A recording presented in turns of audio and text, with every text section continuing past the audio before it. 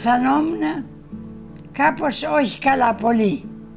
Και μου είπε ο γιατρός μου, ο εγγονός μου τέλος πάντων, να πας για εξέταση αίματος. Και πάω για εξέταση αίματος στον κύριο Κολοβό και μου βρίσκει το ζάχαρο 180, 190, δεν το θυμάμαι ακριβώς. Λέει, με έχετε πολύ ζάχαρο. Λέω, τι έχω? Ζάχαρο. Και ξεκινήσαμε πια όλη τη διαδικασία του ζαχάρου που είπα στον εγγονό μου ότι αγόρι μου έτσι και έτσι. Και άρχισαν οι γιατροί, ο διαιτολόγος μου, να μου πει τι θα κάνω, τι δεν θα κάνω. Όπως μου είπατε και έκανα. Και έφτασα αυτό που είμαι τώρα. Μου δημιούργησε προβλήματα στην ακοή μου τότε. Μπορούσε να μου δημιουργήσει πάρα πολλά άλλα. Δεν μου δημιούργησε. Διότι πια ήξερα τι πρέπει να κάνω. Υπήρχε ο έλεγχος από τα παιδιά μου. Τι θα κάνω, που θα πάω, πώς δεν θα πάω. Είχα τον έλεγχο. Δεν προσέχω τίποτα, τρώω απ' όλα τα πάντα. Ό,τι καλύτερο, ό,τι μου ανοίξει η όρεξή μου τρώω. Δεν τρώω πολύ. Ποτέ δεν υπήρξα άνθρωπος της πολυφαγίας. Όπως ήμουν είμαι, δεν άλλαξε τίποτα το ζάχαρο. Παλαιότερα περπατούσα πάρα πολύ. Τώρα είναι το μόνο μειονέκτημα που έχω, το ότι δεν περπατάω. Ξαφνικά δεν το πρόσεξα εγώ, το είδαμε εκ των υστέρων. Έπεσε πολύ το ζάχαρο, έχω τώρα μήνες, χρόνια να πάθω υπογλυκαιμία. Γιατί ξέρω που βρίσκομαι. Εάν ανεβεί πάνω από 150, θα φάω λιγότερο παγωτό, ας πούμε. Το ζάχαρο δεν πρέπει να παραμελείται καθόλου. Πρέπει να το μετράνε. Και αν κρατήσουν μία τακτική στο φαγητό τους και σαν γέννηση όλα αυτά, θα γίνουν καλύτερα από μένα. Άλλοτε πήγαινε 200 τόσο, ανέβαινε και δεν το καταλάβαινα. Αλλά δεν αισθανόμουν καλά καθόλου.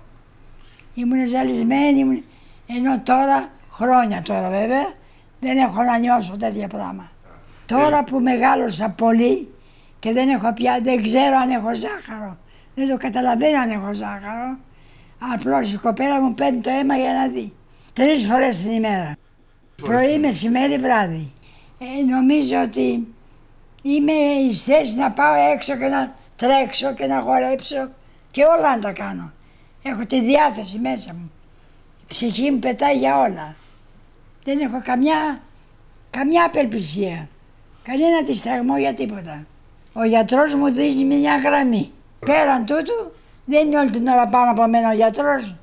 Ήταν ένας άνθρωπος πάρα πολύ τρομερά έξυπνος και δεν χρειαζόταν εμείς να την παρακολουθούμε σαν μια πιο απλοϊκή, θα έλεγα, γυναίκα.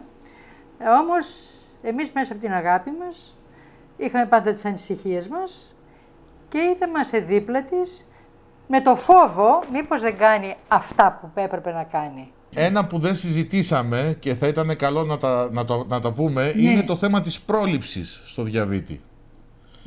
Για την πρόληψη των επιπλοκών του διαβήτη. Δηλαδή για τα μάτια, για τα νεφρά, για την καρδιά. Αυτά πρέπει να τα ελέγχουμε προληπτικώς ή πρώτα μα χαλάσει, μετά πάμε στο γιατρό? Τα πάντα έγκαιρα. Εάν δεν ελεγχθούν έγκαιρα, είσαι χαμένος από χέρι. Η ρύθμιση του διαβήτη σας ήταν πάρα πολύ καλή και η γλυκοσυντρωμένη αιμοσφαιρίνη ήταν πάρα πολύ καλή. Το ίδιο πάλι είναι. Πολύ ωραία. Θα πάω 150.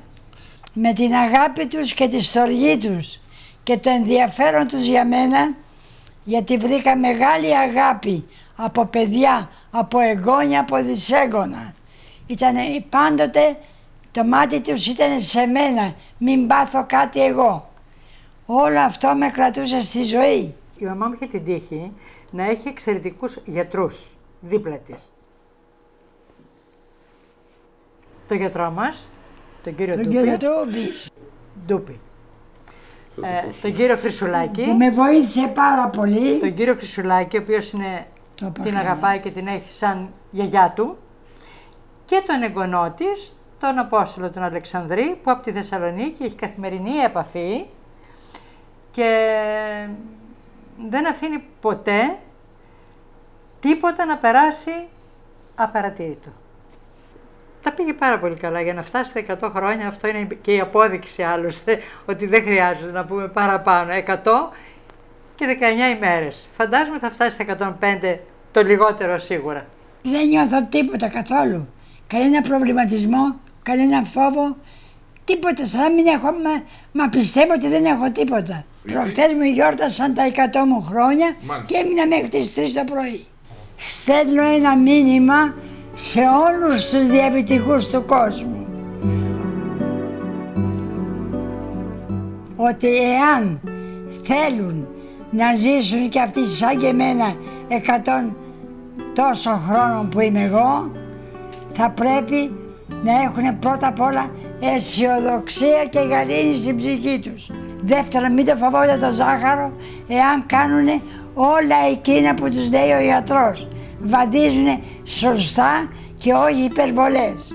Πρέπει να είναι όλοι αισιόδοξοι ότι αν κάνουν μια σωστή μέτρηση, όπως μου έκανε εμένα και τις εφήρμοσα όλες και έκανα ό,τι έπρεπε να κάνω, είμαι 120 ημερών.